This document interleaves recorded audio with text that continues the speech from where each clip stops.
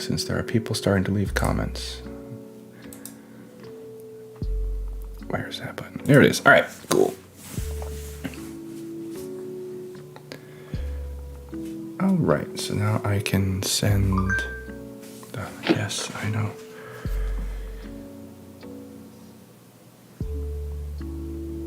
All right. All right. Oh, I forgot to do this part. There. That one. There we go. How's everybody doing out there? 2 more minutes. 9:20. Oh wait, 9:30, and then a few minutes. Right. I didn't hear me say anything when I said it earlier. Sorry, what was that? that? You can hear me. You can hear yourself now? Yeah. So now I muted it. No, Really gotcha. confusing. Especially with the delay. So Bob, without his headset, I think is going to be more clicky. I'm using a quieter keyboard than normal. Yes, but more clicky than usual, which is all right. It's something different. It'll sound what I assume mine sounds like, which is much more clicky. I can definitely hear yours on the live stream. Yeah, I'm more things to try to configure to reduce the noise of it a bit. But been busy. All right. I can't tell you.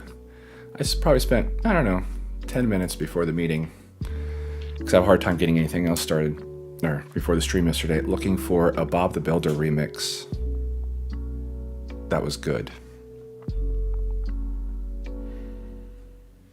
And I couldn't. They're all really, really, really, really bad. But I did learn that there's a difference between the American Bob the Builder and the British Bob the Builder. The British one being first, I believe. The British Bob the Builder says, can we fix it? And the American Bob the Builder says, can we build it? I found that interesting. I fix it, build it. I don't know. Got to do both. I guess I just wonder if fix it means create things in British English or not. I don't know. It was just interesting. Or maybe that Bob the Builder only ever fixed things and he didn't make new things. I don't know. My kids never got into Bob the Builder, so it's kind of a blank spot in my childhood cartoon knowledge bank.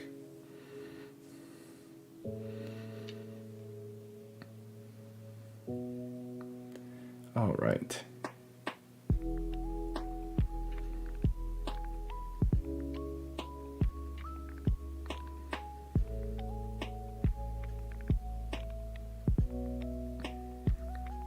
We're waiting a few minutes for everybody to kind of roll in, get ready. I always blame Jacob. I don't know why, but I guess because he was consistently like in right before the 9:35 bell, right? I mean, I think there's so many times we were just waiting Jacob to show up, be like, hey. Anyway. I feel like it's been a while since that has happened. Yeah. Consistently, right? All right. I don't know. Well, we have Ron here, so I mean, we could get going. It says we have 3 people, but that might be you two and Ron, I suppose. I'm not on yet. one of them is me. Maybe a Zach? Maybe somebody new. Maybe a Zach? Or a Blair? Oh, now I'm getting feedback. Sorry, that was me. Yep. It was a Zach. Hey, Zach. Great to have you. We're just killing a little time here, letting people roll in. I think the meeting starts at 9:30, start at 9:35 probably is a good idea for us to do, or something like that. Maybe 9:33 if we don't need the full 5 minutes. Sorry, I need to get some water. Just trying to clean this thing out, man.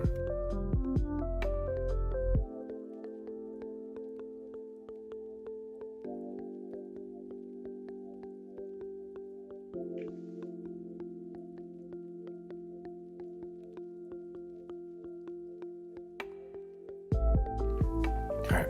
What is today? Thursday? Is that what we're doing? For a couple of years now. Yeah, it's so.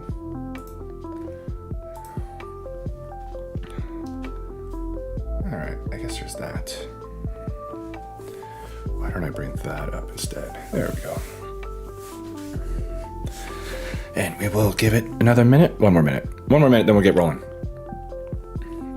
It's not a terribly, I don't know. I was going to say it's not going to be a terribly exciting meeting, but that's only because there's triage. But yeah, we always might find something exciting in triage. Boom, boom, boom. All right. So, I think I have all that ready to go. All right. Boom, bling, bling. All right.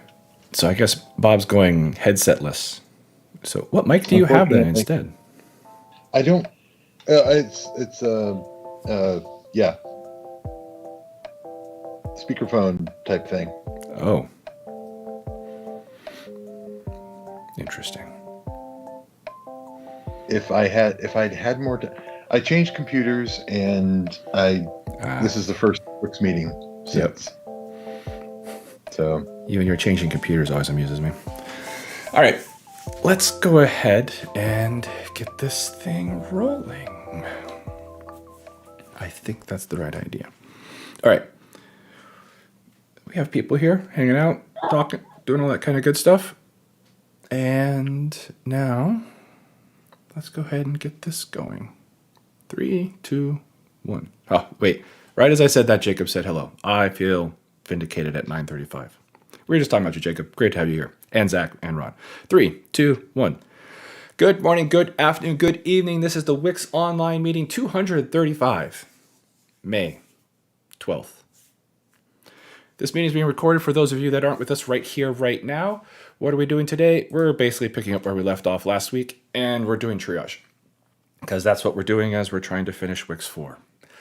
It's not a terribly exciting agenda, but that's the agenda. We'll see if triage itself can provide a little bit of excitement, because it did certainly last week. In case I didn't say it already, these meetings are recorded for those of you that aren't with us right here, right now, in person. It's great to have Ron, Zach, and Jacob. I feel like we're building a bit of a chat crew. I like it. It's awesome. You're welcome to join us if you can. I know this time slot doesn't work for the entire world. So hopefully I gave enough time there for Bob to get all set to do triage. Ready to go, Bob? Sure, why not? Sure, why not? I love it. Excitement. We'll start at the top. And we'll work our way down. Fortunately, we got through all those ancient bugs, so I think we're dealing with mostly current. Although 6707 is kind of old. Jan 20. And what this is... Oh. So Sean couldn't reproduce this way back when, and then found a way to reproduce it. And it's fixed in V4. Right? Yep. But isn't it bad that you can put an absolute path in there and then Burn will try to move a file into that absolute path? Doctor, don't do that. Yes. Or don't do that, said the doctor. That makes more sense. Yes, it's bad. Burn actually does this at runtime? Yeah. You could put a full path in there and Burn will try to move it? Yep. This only happens because it's a bind time variable. Bypasses all the checks. It'll cache it into the unverified path, and then it'll try to move it from the unverified path to the absolute path that you specified. And then it'll run it from that absolute path. Free feature. Does it run it elevated? Good. That's the problem. Wait, so it takes your file, puts it somewhere on the operating system. Yeah, that's not good. All right. we'll talk about that one. All right. So can't open solution that contains Wix project and Visual Studio 2022 preview. So this turned out to be an issue. Well, Visual Studio changed something on their side that exposed them to more errors in extensions, Visual Studio extensions, and Votive is using a very old system called MPF to communicate with Visual Studio, and that very old system has a very old bug in it that was throwing an exception, which previously was ignored. And then when Visual Studio made this change in 17.2, they became exposed to this bug. And anybody that was using MPF, because the way that you used MPF was Visual Studio gave it to everybody as source code and said, here, copy it, have fun with that.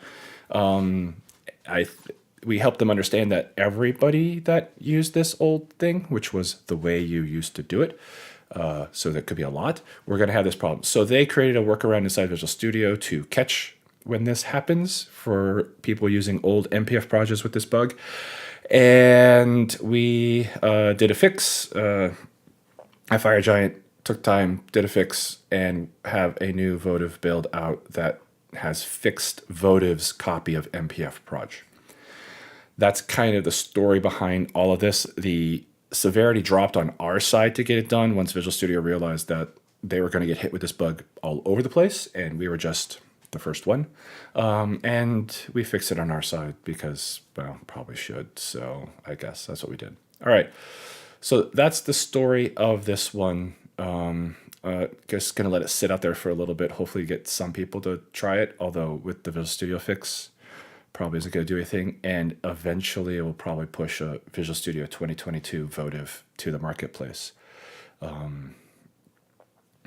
So that, I don't know, since we have the fix-it here. Anyway, so there's the very long story of what came down to this, and in the end, hopefully help Visual Studio handle a lot more extensions crashing all over the place. So that's that one. Oh, you can remove triage from that because that is gone.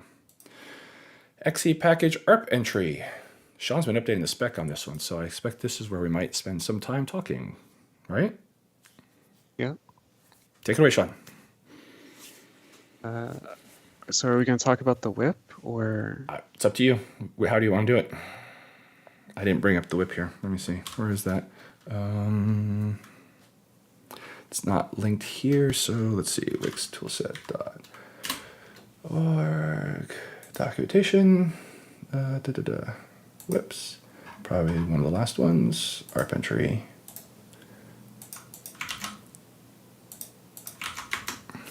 Ta-da.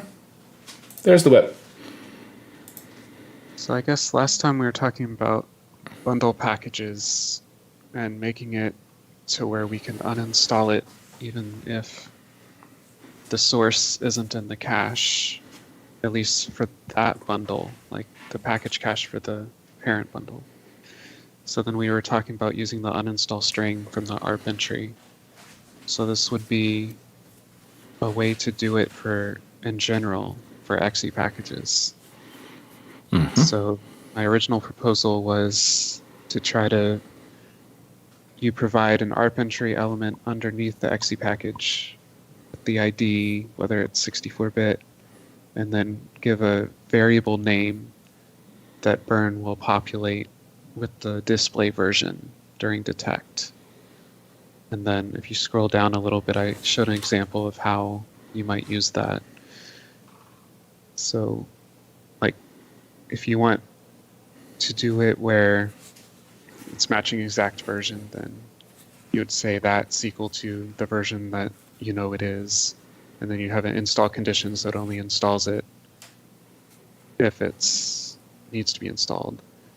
And then Bob was bringing up a different way of doing it below, where you just want to detect whether it's any version or higher. Although that would mean that when you uninstall the bundle, that would uninstall the package, even if it was a higher version. So that was one way of doing it. And then the other way below was you wouldn't write your own detected condition. Just the presence of the ARP entry would say whether it was detected, and you would provide a version range of when it should consider it as present. And then if it's below the range, it's absent, and the range is present, and above the range would be obsolete. But then my problem with doing that is that you're really changing how an exe package works, because you shouldn't provide a detect condition if we're doing that. And then it didn't make sense to me to be running it with the uninstall arguments if you had source, because at that point you're really treating the ARP entry as the source of truth. So I'm not sure it makes sense to do anything other than use the uninstall string to uninstall. Yeah, and I mean that works for both bundles and setup packages as well. And like, sys wise. For a bundle package, like the uninstall arguments are on top of the normal command line. So like it makes sense to try to run the original source with the uninstall arguments. It might make sense for all these other things too, though. Like the ability for the bundle to say, when I uninstall, by all means use those uninstall strings and add the I'm in a bundle switch or whatever. Yeah, but for exe packages, uninstall arguments are not additive. You'd have to merge the uninstall arguments with the uninstall string from the ARP entry. Correct. You'd have to put them on the end or something. Which might be a bad... that might not be good. But yeah, if you don't want them, don't add them. I don't know, it's the one case I could come up with where you might want to add arguments in the bundle independent, or use the uninstall string, because that's like if you launch it from admin programs that you're going to use, and I add this extra switch to say uninstalling in the context of my bundle switch, so you can get both. Or you'd have to duplicate them. If uninstall arguments replaced, which would be another option, you'd have to duplicate them, which is not as ideal, but also possible, I guess. Ugly though, because uninstall string has a full path. Oh, right. It's not a separate thing. Yeah, that's really ugly, isn't it? Yeah. I'd be okay with not allowing uninstall arguments if you have ARP entry. You would lose. I mean, I see the benefit of being able to add switches, and I would let me back up. I'd be fine if we either add the arguments at the end or don't allow them.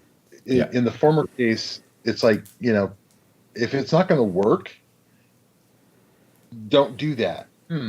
This is a recurring theme today. The bundle author is in control, so they could add something that is nonsensical, but don't do that. You can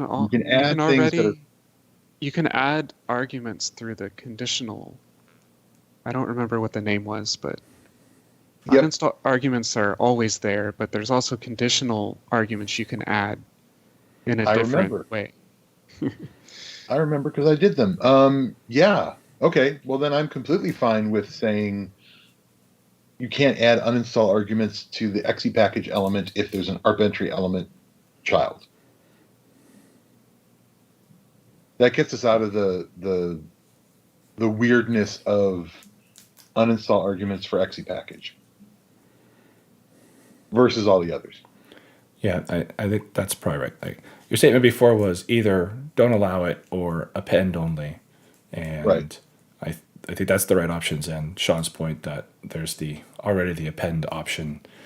Right. Arguments means that probably the way to go with uninstall arguments would be to not allow it as an attribute. Yep. It's confusing. Now, detect condition.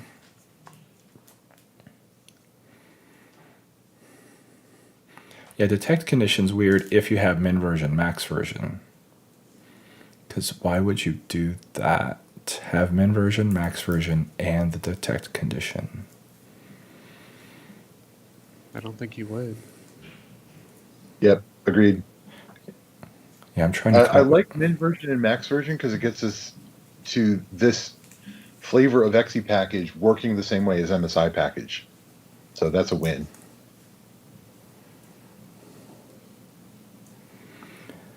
So does ARP entry get promoted to a package type?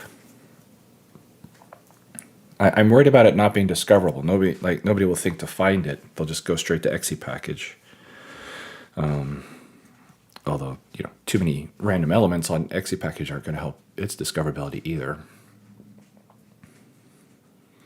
Elements or attributes?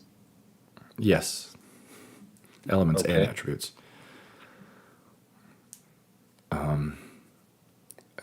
So it would be an ARP exe package, just for the sake of argument.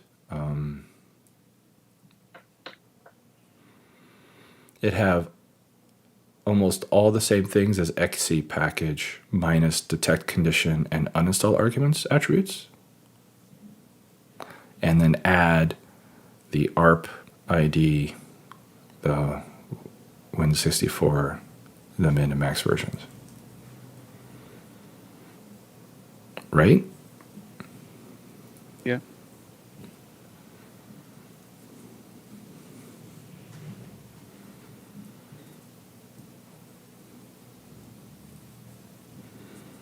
I don't know which way.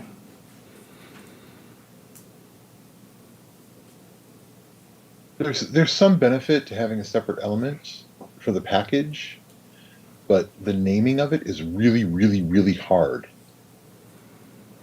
I don't know if Yeah, ARP is very. We're comfortable with it, but it doesn't mean anything to anybody anymore. Well, those of us in the know. I was thinking something like registered exe package, but it's only registered after it's installed, and this element has to suffice for install as well. So, But it sounds like we're definitely leaning towards the min version, max version, instead of making the user craft the detect condition themselves. completely, like I said, it makes this kind of exe package work like MSI packages, getting the no detect condition necessary, and it handles absent and obsolete. So perfect from my perspective. +1. Thumbs up. Yeah, the only yes, I think it's a good thing. I'm struggling a little bit on the how often does someone want to do min version? Well, it's not. So how often does someone want to do exact matches versus min version, max version?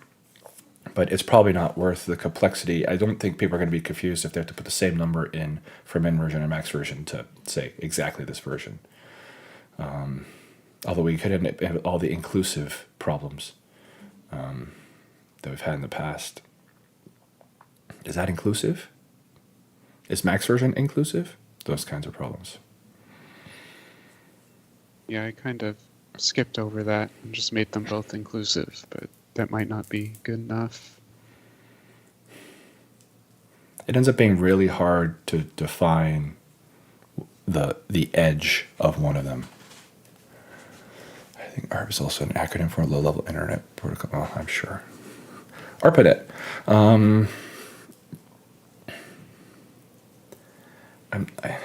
I'm really struggling with making this another top-level exe package, given it's an exe package. It's really hard to say. You wanted to use one with the uninstall string? Go use this. Versus, okay, you have an exe package. Oh, you want an uninstall string? Use this element. Add this element underneath it. And if you do it, then hey, we take over all this stuff for you, and you can't have a detect condition and an uninstall arguments. That feels like you end up in the right place faster than switching to trying to find another element, top level package element. But a lot of that's because I also can't come up with a good name for the ARP exe package, so that people knew to start there. It's just where I'm struggling. I'm fine either way. Naming is a problem in both cases. I think as as whipped, it's probably easier to as whipped. It's an easier naming problem than coming up with a name for the new flavor of XE package. I also do like the idea of keeping it XE package because it reinforces the idea that it is at its heart an XE package. It's just a different flavor with some different behavior. But I can see the benefits of coming up with a new name as well. But I just can't think of a name that is going to be more clarifying. Is there any reason? What if we had let detect condition? What if we allowed detect condition? Which means that as an author, you chose to take over the detection. Because it's more complicated than just the uninstall string, for example. You want the uninstall string behavior, but you want the more complex detect condition for some reason.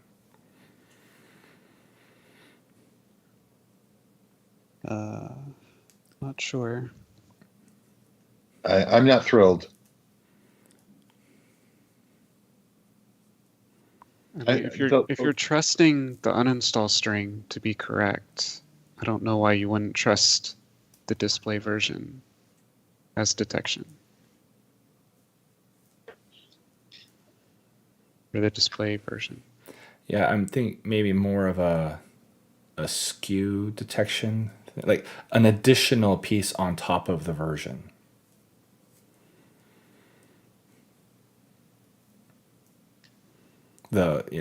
I detected this thing, this XE at this version, but only if it's pro, not if it's free or whatever. Right.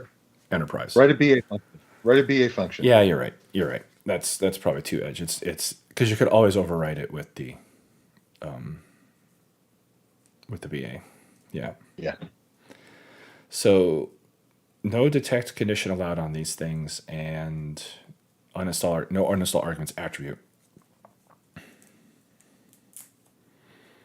Yep. This version and any higher versions. Yeah. This version and any higher versions is really dangerous though, isn't it? Yeah, I wasn't very fond of that. That's almost always the wrong answer, isn't it? And you're not going to find out until later. You install V1 of your bundle with V1 of the XE in it, all goes. You install V2 of the bundle,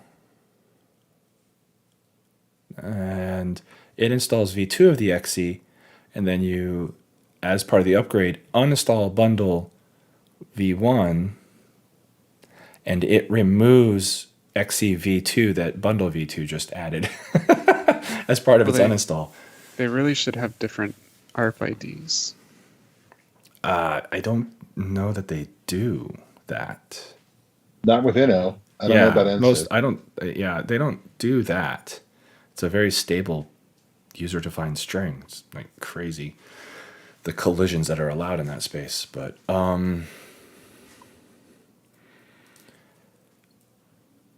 so that's really, like, do we really want ranges for this? I mean, if they implement patching or whatever, 1.2.1.3, maybe. Yeah, I guess if it updates out, it's interesting.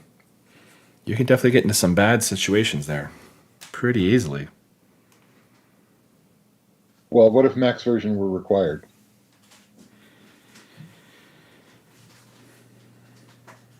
Yeah. And could be empty if we really wanted to allow that. You have to give one, but you can give the empty space. I'd be fine even if you require a real version, because if you want to make it, 99.99.99, you can. Mm-hmm. Or whatever the long is.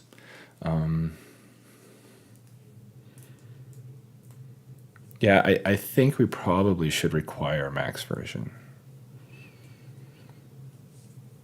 And I don't know about the inclusivity. Do we need those inclusive bits on top of everything else? Because they're so annoying. Yeah, no, it's really, really, it's gross. I'd be happier if we had like, NuGet style or V6 style, the brackets and parens to indicate inclusivity. I never can remember which one's which, but it does. It certainly is a more terse way of representing the concept. Yeah, breaking out inclusivity into separate attributes is really annoying. Keep them inclusive. You can always fake inclusivity with the version number that you're manually writing. Yeah, but I feel like most of the time the max version, you don't want to be inclusive. Yeah, but that's where you can fake it with 1.999.999.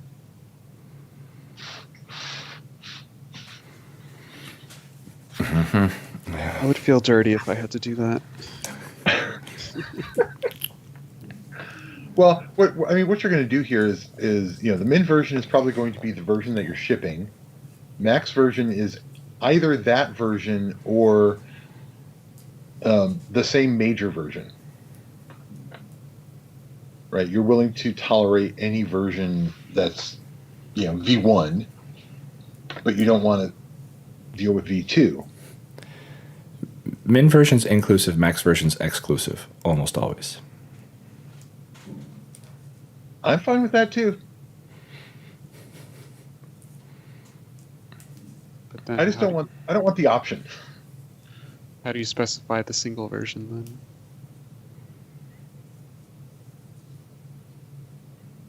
then? We'd have to have another attribute for the single version.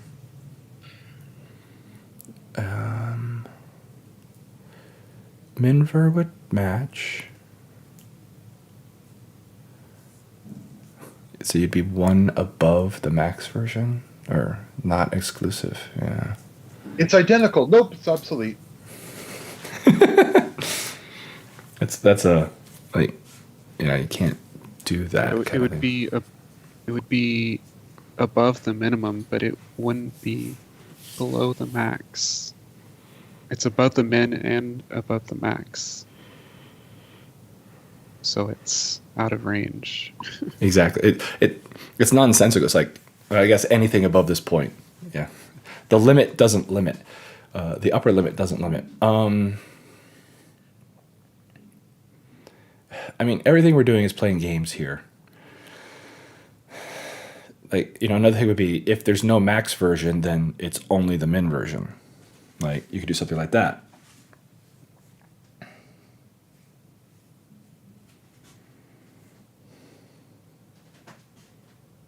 Yeah, I'd be okay with that. It's a little weird having a min version be the only version. Exactly. It's a little weird. But I think it's reasonable to say that if you don't specify a max version, it's perfectly reasonable for a missing max version to be anything. It's also perfectly reasonable for it to mean the same.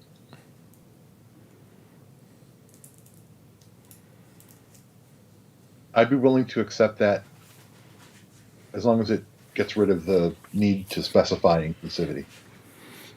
Yeah, I wonder in WiX 5 if we should bring the version range concept in. Absolutely. And then clean up like upgrade table and all kinds of things with it. Mm-hmm. I mean, here, shouldn't we just do whatever the upgrade table's doing? With the 4 attributes, or more if you want to include language. Just to be consistent. Yeah, I'm concerned that anything else we do is just going to be bonkers. Like it's going to take longer to explain what random selection of features we chose rather than just put all the 4 parts in and cover the grid. It's certainly less surprising. I'm perfectly fine if the language covers the 90% case, which is what we have here. Except for all the edges we just went through. Which fall into the 10%. Well, yeah, the max version being inclusive or not? No. Having one the most common case is going to be, as Sean pointed out originally, and we discussed on WiX Devs, the most common case is going to be an exact version match. Yeah, that's what most people want. It's honestly the one you should pick.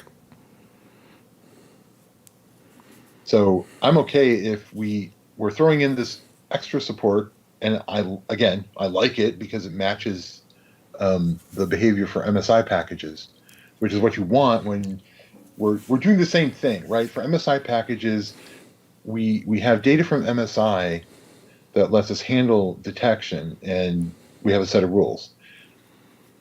This feature does the same thing for XE packages using the data that's available once you tell us how to find it. I'm all in favor of that. I don't feel that we have to get into the 100% coverage case. It sometimes simplifies things, but I'm a little worried that just because it looks like an upgrade table, we want to treat it exactly like an upgrade table. This is how major upgrade came from, in my mind, this simple one or two attribute thing that covers the 80-90% case to, now we have 10 different attributes because people wanted to plug in these 5 to 10% features. Yet we still support upgrade and upgrade version where you can get all those things. In the bundle case, that's a BA or BA function. But then I'm not volunteering to implement it, so that's just my opinion. What if we just did version?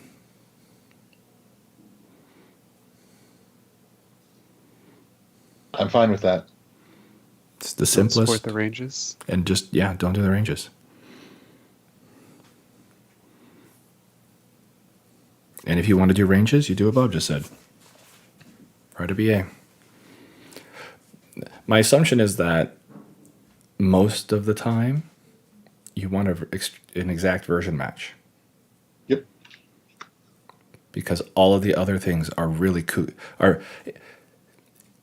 Because almost always you want that, and not having the exact version match ends up in really kooky upgrade scenarios that are not at all what you would intend. So exact version is what you want. And if you don't want exact version, then you probably need to think through the whole scenarios, and you might need procedural code to help you do that. That's kind of where I'm ending up. Yep, I'm there. I agree. Okay. Which rolls us back up here, I think. Oh no, this didn't have version. Oh no, this was putting the detect condition like this.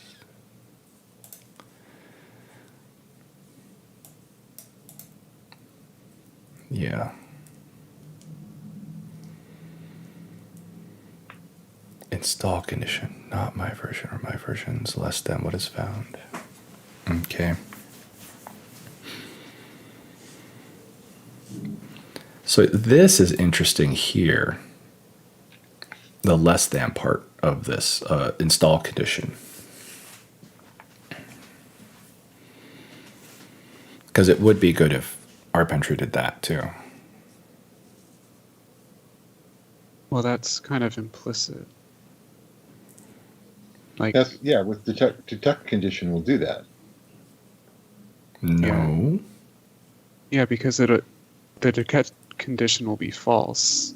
So, it'll be detected as absent. Right. So in which case, it would be installed by default. Right. Even if a newer version's on the machine. No, it would be detected as obsolete if there's a new version on the machine. Oh, it's going to do obsolete version check too? And the alternate proposal that right. we were discussing down there. Oh, okay. I see. I missed that part.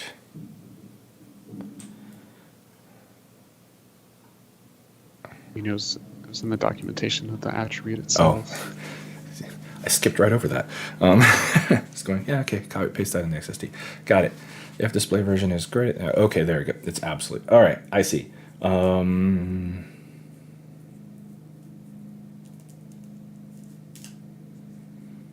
so that still works with the single version as well. Yes, yes. It's actually, it makes more sense in the single version because you'd still want to be obsolete even if you weren't in the mid version. You know what I mean? It's like, it's much clearer. Obsolete makes more sense when there's a single version. And again, it matches MSI package behavior. Exactly. I mean, that's the big win here.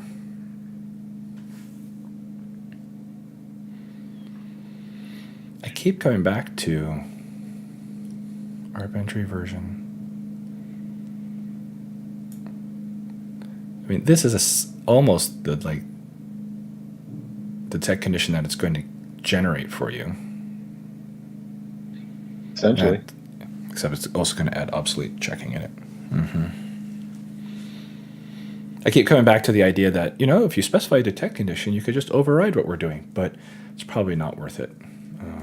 I was thinking the install condition could then become more complicated too, but we can keep install condition the same and just do the obsolete checking outside of that. Yeah, okay. Yeah, the versioning stuff is already something you can do in a bundle, right? Because it's a registry lookup, which is already well supported. The higher order bit is the uninstall. Because right now there's no way to do that. Correct. Even in VA. Correct. So this is nice, sugar. Yes, that's where I was at for most of this, is that it was like nice syntactic sugar, plus tossing it, updating the uninstall exe. Yeah. Which was impossible before. Yeah, I think ARP entry with a version on it, and then I guess we can disallow the detect condition. Yeah, install condition will behave normally. Yeah. I think that's the 90% case for this scenario.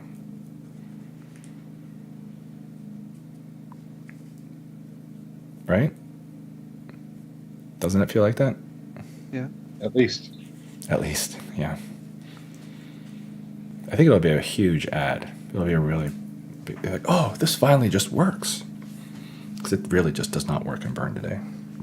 And it comes up occasionally. So, yeah, it'd be good to solve that. Cool. Is there anything else? See the other considerations? Like Other there's considerations. kind of a security aspect of this where Quiet the uninstalls. uninstall string could be pointing anywhere. It was written to HKLM, so. Yeah, you need to be elevated to write it in the first place, but that doesn't mean you're being a good, secure point of view when you decided where to put your application.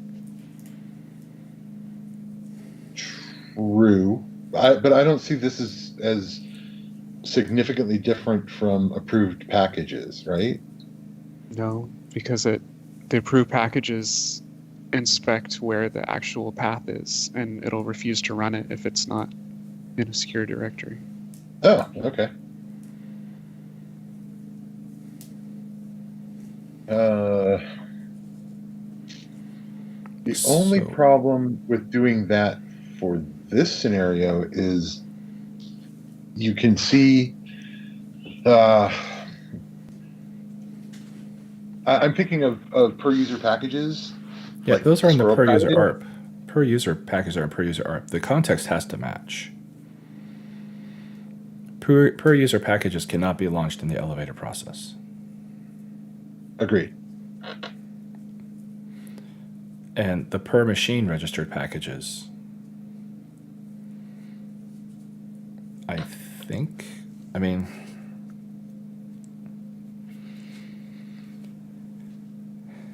yeah, you could register them to a insecure location. Presumably your exe elevated. So I guess the trick then would be you wrote a per machine install HKLM key but a per user, but you did not intend your uninstalled exe to elevate, so you put it in a non-secure location. Well, but it couldn't uninstall if they did that. Well, I'm thinking more of the case where you let the user choose where to install your program, and you're just not a security conscious person, and you don't care that your uninstaller needs to be elevated, but it's going to run wherever they told it to install to. Yeah, that's not unheard of. I'd be fine if we blocked it. If you're running elevated and you got an insecure location from the HKLM uninstall key, it's not going to run. It will fail. skip it. I mean, at that point, we could force it to run per user, and then they'd get a second elevation prompt. That's true.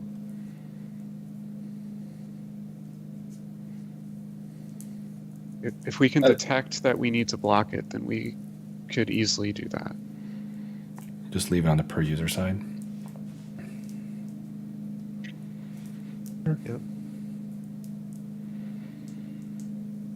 Yeah, that's true. Yeah, it really just comes down to how much do we trust? How much do we want to trust the other package's security?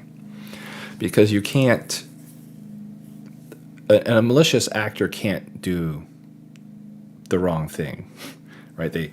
A malicious actor can't get the user to do the wrong thing without having elevated. So it's kind of like, yeah, the user was already put in this situation. We're not the reason that they got it. We're not the attack vector in this, I guess is what I'd say. You had to get in this situation first. That said, security conscious users, interesting. Protecting them from themselves certainly is a thing we could do. That would be interesting. Do we know all the secure directories? How does it tell that today? I thought it had just like a limited set you could install to for approved exe. Yeah, it's just program files in the package cache, the per machine package cache. Yeah, that might be over limit. I don't know. I don't know if anybody still puts things in Windows. Old installers did that. Yeah, we don't need to cater to them. Okay, that's fair. That's fair. So was it program file? You have to put it in program files or package cache? Yep. Should an unprivileged user be allowed to uninstall a secure per machine package? No, they'll get prompted. I mean, they get prompted for elevation. Which could be an over-the-shoulder elevation. And then in this case that Sean brought up where we're uninstalling an ARP entry and it's on a non-secure location, then they'll get a second or another over-the-shoulder prompt saying, hey, you need to prompt for this too. Which is not a good user experience, but, well, the whole thing was not good to start with. Is program files and the package cache enough? Probably. Isn't that where everybody puts their things today? They put the uninstallers next to the exes inside the program files? For per machine stuff, yeah, except Sean's case of letting the user install to wherever they want. They put the uninstall next to the user. Yeah, they don't keep it in program files. Well, some keep it in program files. I've seen, I think Install Shield things have like a folder in program files where they put all of their uninstalled goo.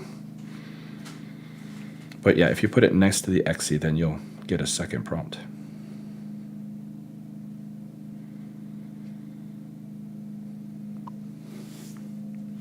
I'm fine with secure by default. Yeah, I mean, if it's not that hard, then the unprivileged user might not be a member of the administrators group. The unprivileged user then will get prompted for an elevation prompt to have someone in the administrative groups approve the uninstall. Like that's what UAC does, Ron. So an unprivileged user will not be able to start any of this process. Well, they'll get a prompt to saying, hey, you need to elevate please provide credentials that will let you do that. They couldn't install it in the first place either. And that user would not have been able to install in the first place, correct? Not to a per machine location. Okay. Yeah, I'm not against this. And if the worst case is that you get prompted again because you put it in a non-secure location, at least we can stand there and go, well, you're welcome. I think that's probably that. And we may have to extend our list of trusted locations at some point. Maybe, but I can't think of what that would be beyond the Windows directory, system directory. And to Bob's point, don't put stuff in there if you're not Windows. Yep. All right. Interesting. Oh, I'm dying.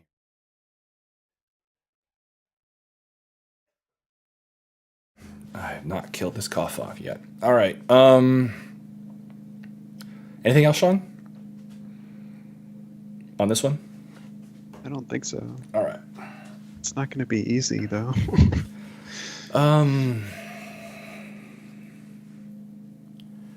Yeah, hopefully the version stuff makes the ARP entry easier. The single version. But yeah, it'll be cool to have it. Are you taking this, Sean? In 4.0? I guess, yeah. Because the bundles need it. The bundles need to be able to uninstall using the ARP string. Right. Okay. So most of the heavy lifting is because that forced it. The rest of this is able to use that heavy lifting. Yeah. Yeah, okay. Interesting. All right, 10:20. Let's see where we get in 10 minutes. Using shortcut property yields 1909 on upgrade to Windows. Issue number 6773. During the upgrade of an existing installation, shortcut property, a warning is always yielded. It appears the cause is recent Windows 10 11 updates. Existing setups that used to work fine are also affected. Okay. Sounds like a Windows bug. So Windows broke the shortcut property again? Why would this be our issue if he didn't change WiX?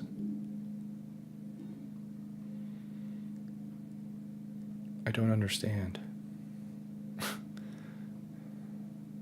The only way it could be WiX is if WiX wasn't doing it right in the first place. I guess, yeah. This whole warning, yeah, this thing. Yeah, they've always had this problem where they had all these warnings being set with shortcut properties, and it was... I never understood what they did to make this not work, other than it routinely had these warnings in it.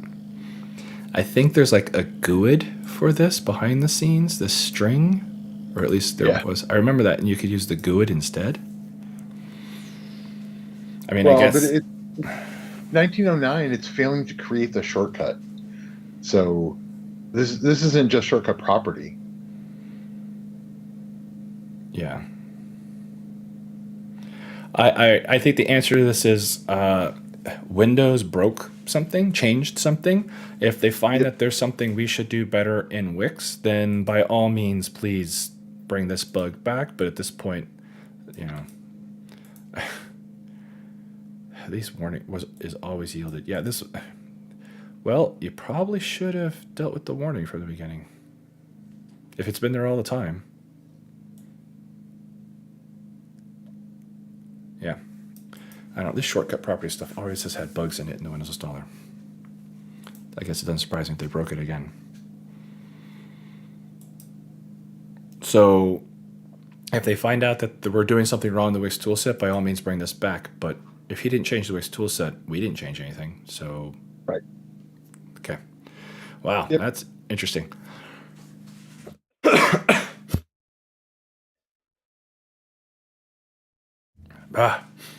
All right.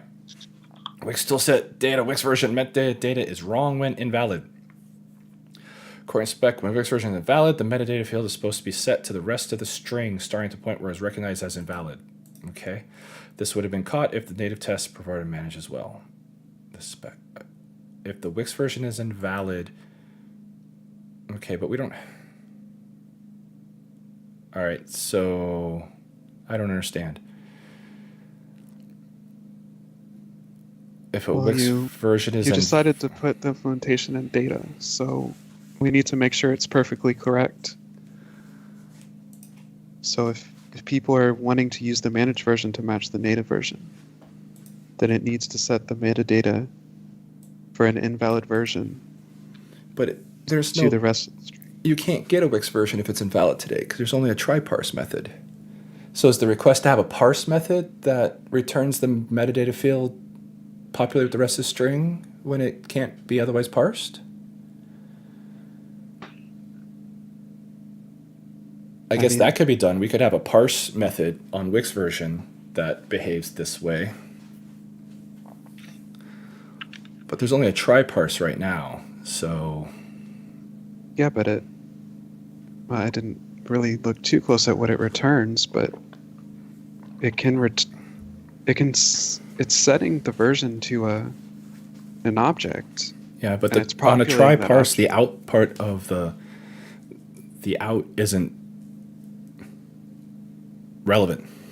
If you, at least that's the pattern. If the try fails, the out is not useful. I mean, we certainly could add a parse method that allows it to return an invalid WiX version.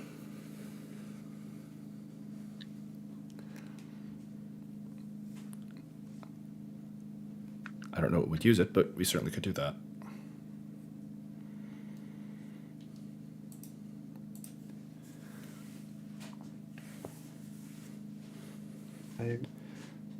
So I guess we could do that. If an invalid WiX version is parsed, then the metadata should be like this according to the spec, which, okay. And then there's some invalid bit that has to be set so you know that it's invalid. Right? Yeah. Okay. All right. That could be added. WiX version part should not be nullable. According to spec, there's no difference between a version that's missing these versus that. And if you need to know the parts, you should be track it separately. Okay. Track it separately. To know that a part is missing, then it should track it separately. Wait, so why should... So when we parse, we lose whether there was a 3-part or a 4-part version? So why don't we... All right, I think we should update the spec so that the WiX version can tell that there are version parts not provided. And then the important part, of course, is the comparison, which says that these two are equal. I love the triple equals. It's a JavaScript of that these are equivalent, because that's the important part. Because then we can get both. We can know whether it's a valid semantic version of being only 3-part versions, and also then have the compare be the same. So we get both out of everything. Yeah. I think that because otherwise it's like you have to go write your own parse function to know. No, I mean, yeah. No. I agree that missing parts should be treated as 0 in comparisons, totally, but I don't think we should fill in things that were blank to 0 at parsing just to make someone's life harder if they want to know whether it was there or not. Is there a part, I forgot, invalid, is there only one invalid flag in the verutil, or is there one per label and metadata and thing? I forgot. There's just one. There's just one.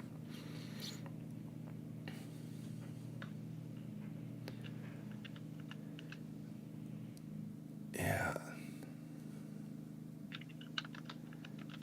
Yeah, all right.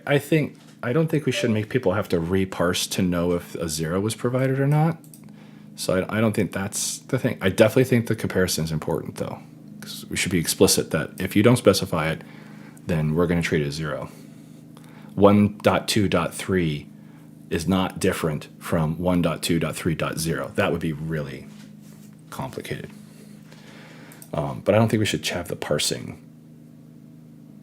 I don't think we should force parsing into the same space. Well, I mean, you can just have a Boolean like major missing or minor missing. You Yeah, could keep track of that during parsing in one go. yeah, we should do that in the native code too. Like, I think that's probably the way to do it in native code. We could even use like there's the invalid thing, Boolean. I mean, we could put it in the. I mean, if we didn't want to have a whole bunch of Booleans, we could put it like a bit field. I don't know if that's might be crazy. But I mean, if we didn't want to add a whole bunch of Booleans for was this set, was this set, was this set, you could just be these were all the parts that were set. I mean, I guess I'm confused. The individual version values are nullable, so why are as they long nullable? as that works in comparisons, why does it matter? But why are they nullable? Why aren't they just 0 if that's what it means? Because 1.2.3 being parsed is different from 1.2.3.0 being parsed if you want to know the difference between them. Like if you want to be able to represent those. For example, 1.2.3 is valid semantic version. 1.2.3.0 is not a valid semantic version. We do a whole bunch of stuff, not a whole bunch. There's a few cases where we do 4-part checks on the WiX toolset, but we don't do any semver checks today in the WiX toolset. But if we wanted to, we'd want to know whether they specified a 4-part version, because then we'd be able to say, hey, warning, by the way, this dot part that you put on here technically isn't valid. Or maybe we don't bother saying it, we just throw it away. I don't know, but we'd want to be able to tell a difference between 1.2.3 and 1.2.3.0 from a authoring point of view. I mean, basically what I'm hearing is that the managed version is not supposed to be like the native version. I don't know about that. I'm saying that this part, I think this part of the spec should be different when it comes to parsing. I think this part of the spec is correct when it comes to comparisons. So I totally agree with this thing. 1.2.3 is equivalent to 1.2.3.0. Totally. The part that I'm not disagreeing with here is that it should default all parts to 0. And I don't know if the native code should do that either necessarily, although knowing C++, I understand why it does, because it's certainly much more straightforward to do that. So do we need to push the same flexibility or knowledge in native code 1.2.3? Do we need to know that in the native code and do the work to implement that or not? I'm a little more ambivalent there because we don't write parsing code in native code anymore. So the important case of that scenario is less important in native code. And it's annoying to represent in native code, where managed code has a straightforward representative. So that's where I'm not as... If you said they must be the same, then that would be the change I'd make. I'd change the native code to differentiate whether, to indicate when parts are missing. Indicate when parts are missing, bools or whatever. That, I think, would be the way to do that. So I think if we want to keep this, the first part of the sentence is correct. I think the second part of the sentence is that, to make the managed code and native code the same, then we should be able to indicate in the native code when version parts are missing. Because I don't see any reason why we should force people to write their own parser to know, again, when these 3 parts are, because I think that'll be us in the not too distant future. Well, in some point in the future. How are versions compared in the managed code? They're not. That's not implemented in the managed code. Okay. I thought about it, but then I was like, I don't need this at all, so I didn't write it. Okay. You could store the fields as so Ron brings up you could bring the values as signed ints, which is a good idea, except that the range that we provide is the full 64-bit space, so -1 won't fit. So that's why we have to have separate booleans. or some separate flag. -1 won't work. Anyway, so, and then the comparison code has not been written in managed code yet. Okay. If it existed and it treated the null version fields as 0, then comparison works and it's all good.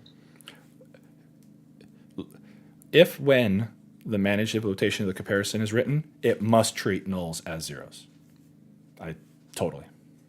Yep. Okay. Totally. I guess my thing was this is like a pit of success thing. If you make it nullable, then anyone who uses it will need to know that they're supposed to treat null as 0. So you're just giving people the ability to mess things up. But they should use the comparison functions, which will always do the right thing. I mean, WiX versions are too hard to compare.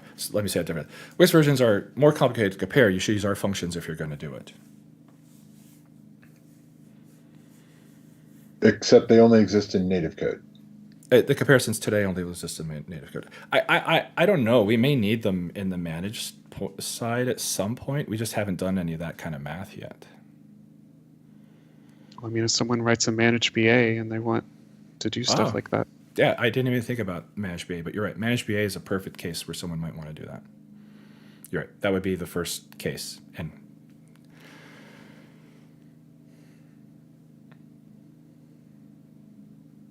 or an extension or something.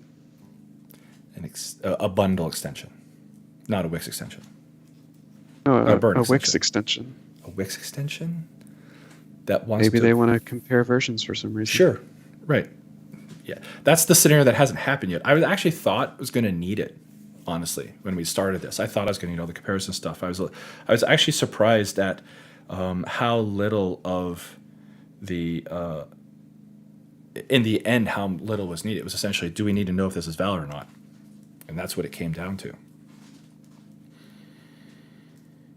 So, I don't know if we should change this bug or if we should close this one. I don't think this is the way to go. I think instead, if we want to preserve parsing of missing fields in native code, we could do that. Well, if the managed version is doing it, then the native code needs to do it. So someone needs to update the native code to keep track of that then. And it'd be much easier to change the managed code to match the native. I don't disagree with. I don't necessarily agree with any of that. There, they don't have to be exactly the same. It would be a deficiency in the parsing code of the native code that you'd not be able to know whether it parsed a 0 for something or not. And it'd just be like, that's the weakness. And you're like, yeah, okay, that's fine. That's what the native code does. And we never use that functionality in the native code. I think it's a very bad idea to start letting them drift apart. Okay.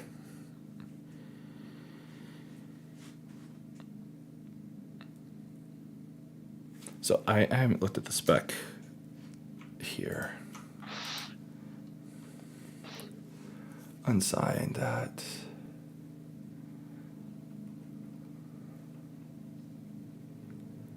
Undefined fields are treated as 0. Yeah, okay, that's fine.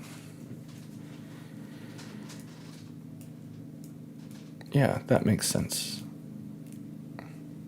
Probably could come in and add the oh, that's the burn API changes. All right. I don't know. This sounds right to me, unless I'm missing it. Yeah, undefined fields are treated as 0. That makes total sense to me. And the native code doesn't provide the mechanism of saying when something wasn't, when one of the major minor patch revision parts were 0. And we could change that if we wanted to make it more useful for parsing. in a scenario that I don't know that we'll ever use it for that.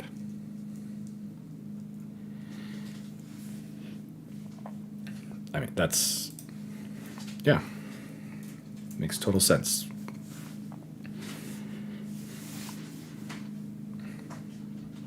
So do you think it's important in V4 to have the native code be able to indicate when, during parsing, that parts are missing? I mean, V4 isn't even finished yet, so I think it's a horrible idea to let them already be drifting apart. Okay, so should we open a new issue, or do you want to change this one? I mean, we can change this one if you want to change the native. All right, we're not changing the managed code. I don't want to lose the ability to know this information. If we do, then, so the alternative you're talking about, Sean, is to essentially not call the thing WiX version, not be WiX version, and just go write some parse function, which we could do. Right? If that's the goal, we could take WiX version out of data and go write it as some parse function and hide it completely. Like, is that the goal? I don't want it to be nullable. I want it to be an int and a separate Boolean. But so then we'll need a separate parse when we need to validate that these things are valid semantic versions. Like, you're not even using that today. I don't understand. Like, you can just make them uints, and you don't have to change any of your code. They're already uints. They're nullable uints. Fine. But that's the important part, because you can tell whether the string, when it was parsed, was 1.2.3 versus 1.2.3.0.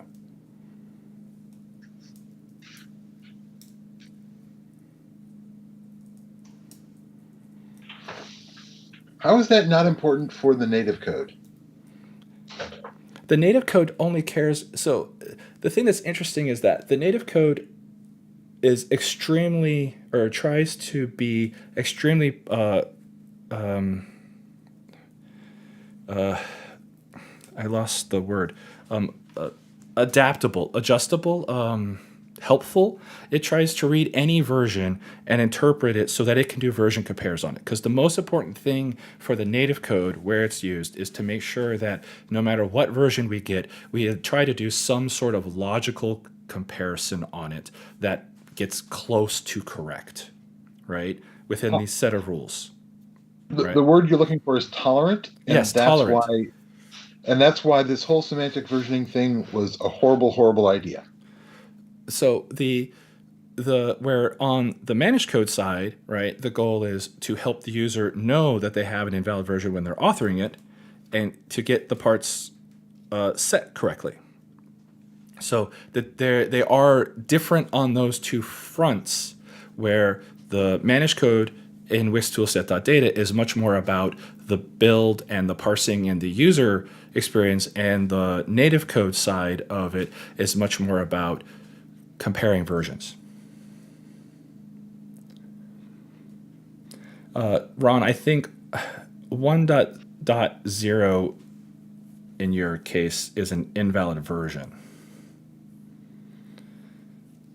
And I don't remember what the semantics are between those two. In the native code, Sean, I think 1.0 would be equivalent to 1.0.0 in the end. It's an invalid version, so a valid version is always greater than an invalid version. Ah. Okay. Just a null part. Well, no, that doesn't parse. So this is an example, like on the build side, when the user's operating against something, we try to tell them, hey, by the way, that was a mistake. You typed in a mistake. The ... let's give you an error message saying, hey, that did not parse. As opposed to on the burn side, if it got that number because it read it from the registry and said, hey, this is a version number, and who knows how it got corrupted into 1.0. The hope is that burn would not throw up, which is what it's done in the past in some cases, and just killed the whole process or whatnot. It would attempt to go forward with 1.0 and try to at least get to somewhere. And Sean said that an invalid version would be less than. So if you were comparing against 1.0.0, 1.0 would be less than. But Burn would be at least able to continue and try to, make progress on it. Does that make sense? That's how these are different. That's how their primary goals are different from each other. What's my definition of nullable? In this case, nullable is a field or a property. In this case, that's a null uint. So uint question mark in C#, nullable. And when you parse in the managed code, it will set the, what's the last one? Revision, the fourth one. So if you were to parse 1.2.3, it would set major to number 1, minor to 2, patch to 3, and it would set revision to null because it was not specified. And here then it would say major is 1, minor is 2, patch is 3, and revision is 0. And you could then say, hey, by the way, this is a valid 4-part version, and this is a valid semantic version, because you'd know the difference between whether that fourth part was specified or not. That's on the managed code side. So let's see. All trailing fields can be nullable. Right. After the major version, all trailing fields can be nullable. Yes, that would be a valid version. 1 would be a valid version.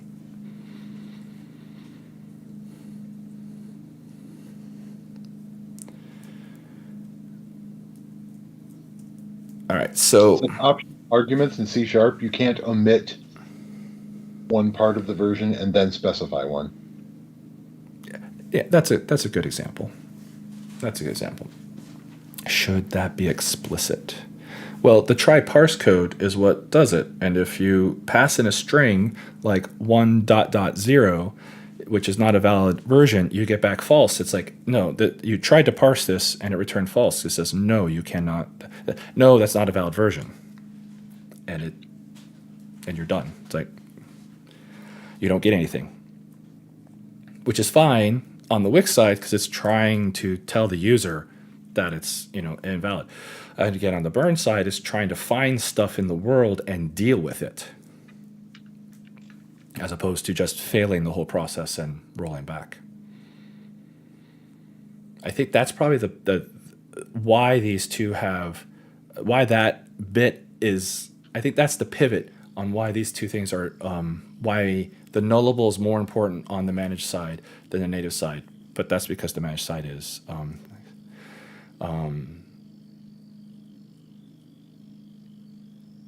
Currently only used for the parsing.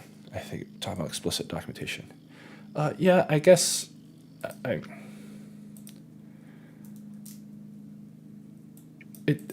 mean, this spec is really detailed, and it talks about all the different parts and all the different ways of getting into invalid numbers, and then the undefined fields treated as zeros. So I think it calls out all those cases. And then the invalid flag, which the managed code currently doesn't give back invalid, so it doesn't have that concept today. And that was the previous bug we were talking about of adding a parse function so that it would parse and give you back an invalid version that you could then do something with. But because we don't have the compare functions, that I don't know what you would do with an invalid WiX version until you had those compare versions. That's where that one gets more interesting. It doesn't include your non-standard definition of nullable. I mean, that's what the issue is about.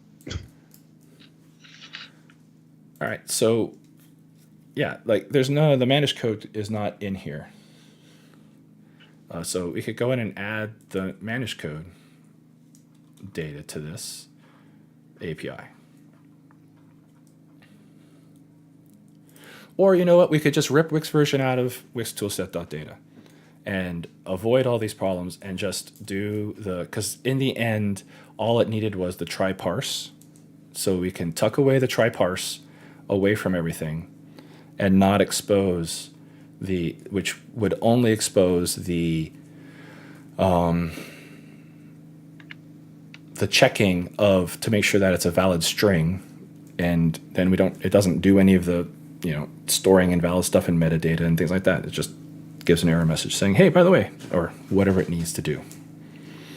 Well, you needed all those fields to make sure they're not too big. You needed major, minor, patch, revision. To make sure they're not over 255. Yeah, no, it has to verify all the versions and all that kind of stuff. Yeah, it has to get used. It's just we can not expose it to anything. It can be totally an internal implementation detail. Because I don't really feel like fighting about this spec is really what it comes down to. The idea that Wix version is going to be useful is still a bit speculative, and so I can just hide it, and then we can avoid having to come up with different statements of parsing, because clearly the compiler is going to parse the versions differently and for different error messages than what Burn would do it, and then we're out of the whole problem. I mean, the funny thing is you're not even using whether it's nullable, whether it's null or not. I am not. That is absolutely correct. I am not yet using it. So we're like fighting over something that I'm planning to use in the future. Yep. And you're arguing that I shouldn't have any of those plans for the future, or that it needs to do these things. So I'm like, that's fine. I will take the code. I'll put it somewhere else, so I have it when I need it in the future, and I'll bring it back when I have it. And we won't put it in data, and it won't be part of the API of Burn, which honestly I sat and stared at it for a long time, and it's just not worth it to expose it in wix-toolset.data if it's going to be, if this is the level of things that we're worried about. I'm like, yeah, it's just not worth it. With a speculation that I'll be able to use these things. Why do you allow 2 to 64 minus 1 if max versions are much smaller? If max values are smaller? Not all are smaller, Ron. What we found in the world is that not everything is a 4-part version. I think that's where all of this started, is that the versions out there are much larger and crazier and insane than we thought they would be. And so adapting to handle all of those is what we attempted to do here. You might be talking about the length of the string. But with pre-release versions... I don't... With pre-release versions, it's... and metadata, you can make it as long as you want. Yeah, sorry, I just saw the 64 and assumed it was the really large 4-part versions, which is excessive, but again, we've seen them. Yeah, those are only 32-bit. 32-bit. Yeah, I don't know why I went to 64-bit. I didn't see the 2 to 64th reference.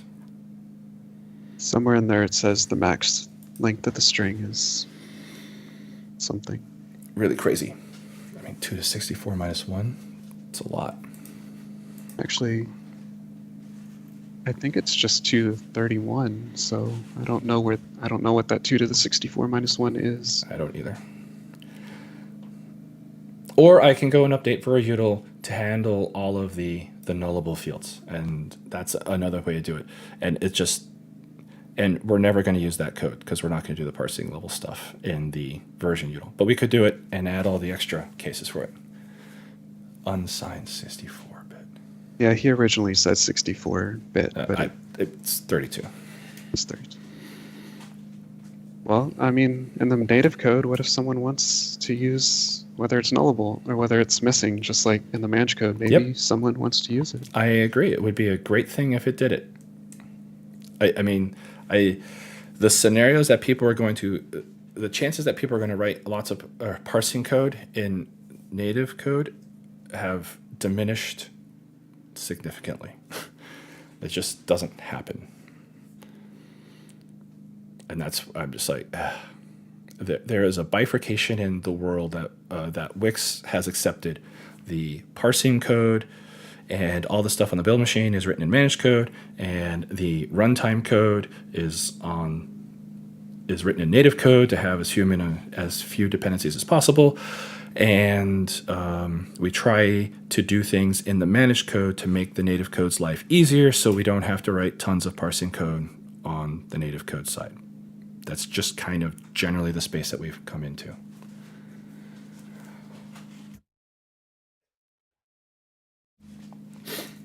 So don't reason not to use -1 as a null field. -1's actually harder to use than nullable if you want to say if it's 0. So the nullable is a very natural concept inside C#, so it made sense there. And then there is no concept, of course, like the same. There's no standard concept inside the native code.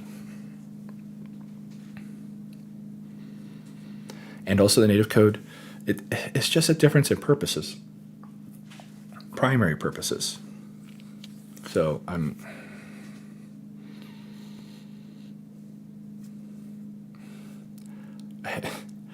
this is just, it doesn't. If WiX version had a compare method, then the spec would be accomplished, right? Because the functionality would be the same. Well, I hear Sean arguing that no, that's not the same then. I believe that's true, but Sean's arguing that no. The difference between whether the native code can represent nullable or whether the managed code chooses to represent nullable for missing major minor version is an important distinction in the implementation. Okay. Did I represent that right, Sean? I think so. Yeah, and I don't agree that the distinction is terribly important. Absolutely important in compare, not important in parse. So when you have those, I'm not sure exactly how C# works. When you have your checks, when you're saying is major greater than 255, is minor greater than 255, what happens when minor is null?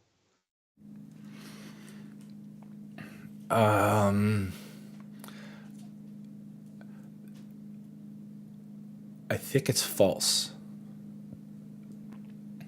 But I always have to go and double check that to make sure. But I always want it to be false, and then I'm always afraid whether that's what I remember or if it's just my hope. Anyway, I have to go double check that. Ugh.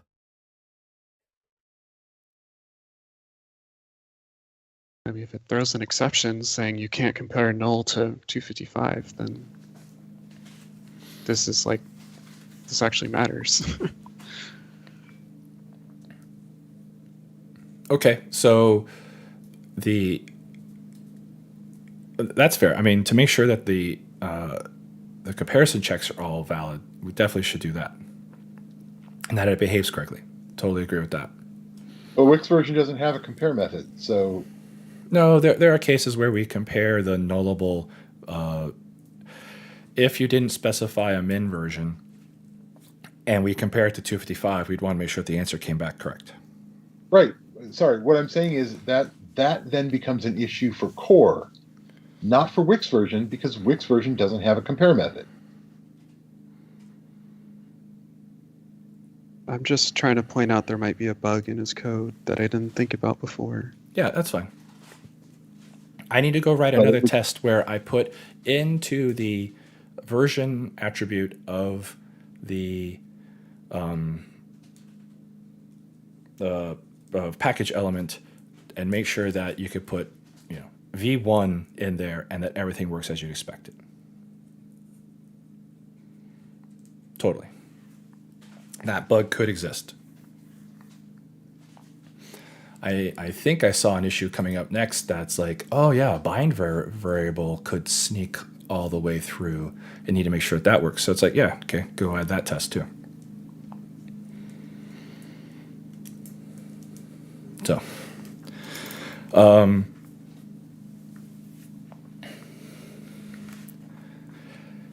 yeah, no, I don't agree with the bug, and then I think we could take a change to verutil if we thought it was important to support the nullable fields there, if we thought that was important.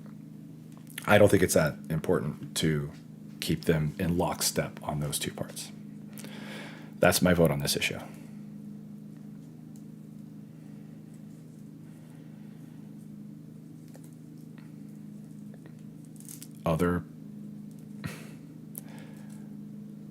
Which way do we go from here?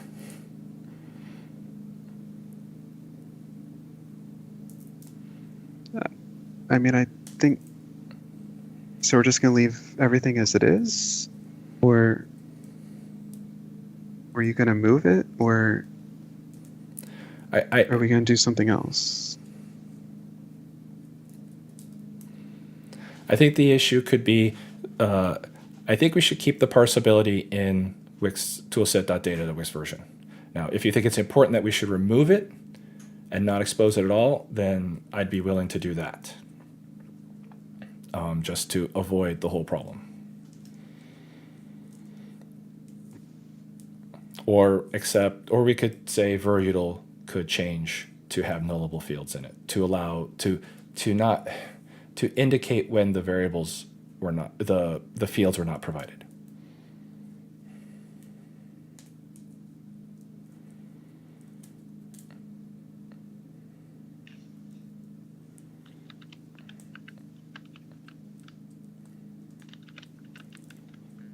I mean, I guess for this case, I can update the native code. Yeah, if you want. I still don't think it's that important, but yes.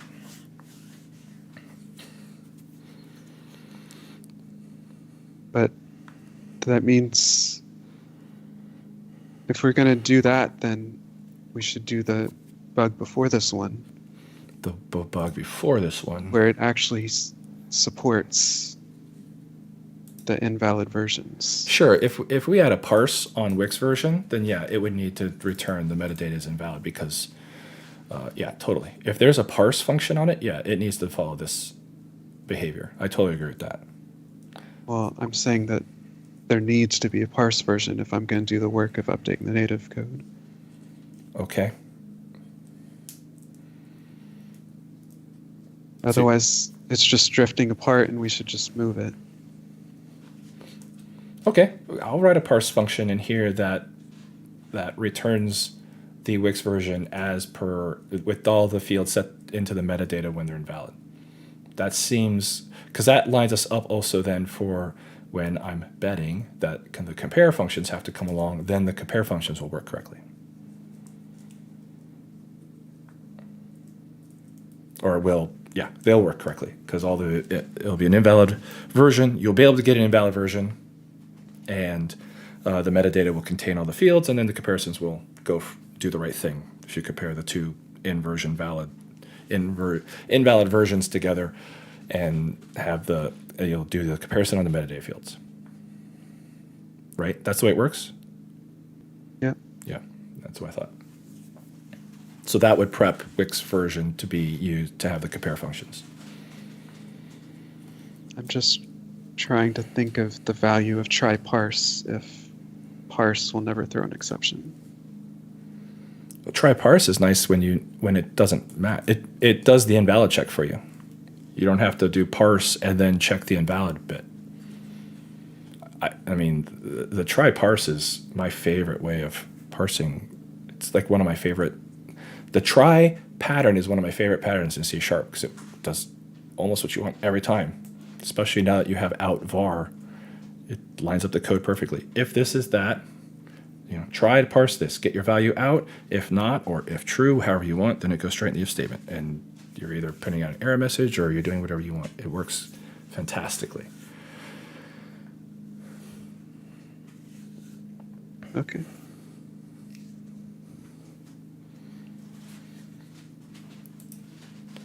All right, so we're going to keep this one, but the title changes that Wix parts can be nullable, and we're going to indicate they're nullable for parsing. And this then is, we need a parse on Wix version such that when the metadata, we need a parse on Wix version that follows the spec. That's essentially what that has to be.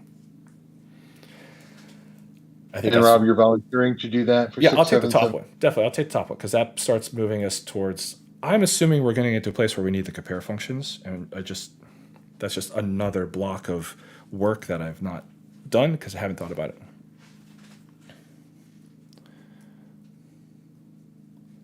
So, okie dokie. It's 11. That's after 11. I think we're good. Let's see. We will pick up with 1, 2, 3, 4, and however many more open issues come along next time on that front. Other things people want to talk about? Stuff going on? Wix Clearly 3 we're build. fixing things, making Wix 4 different. Sorry, Sean, you had something? Wix 3 build. Wix 3 build. Oh, right. I said if we didn't have one come out, we would do it. Yep, I will go bump that and see what more build machine decay I have to maintain. But yeah, I will go bump a Wix 3 build.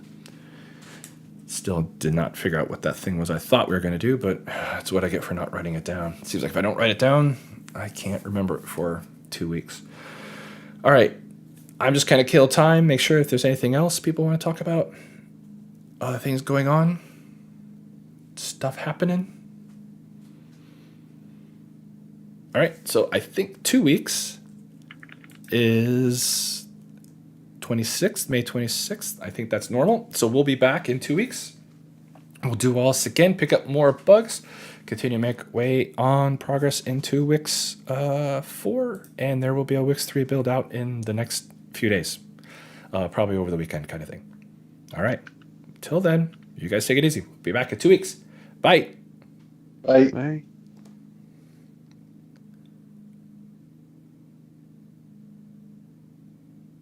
Yes. All right. The button worked.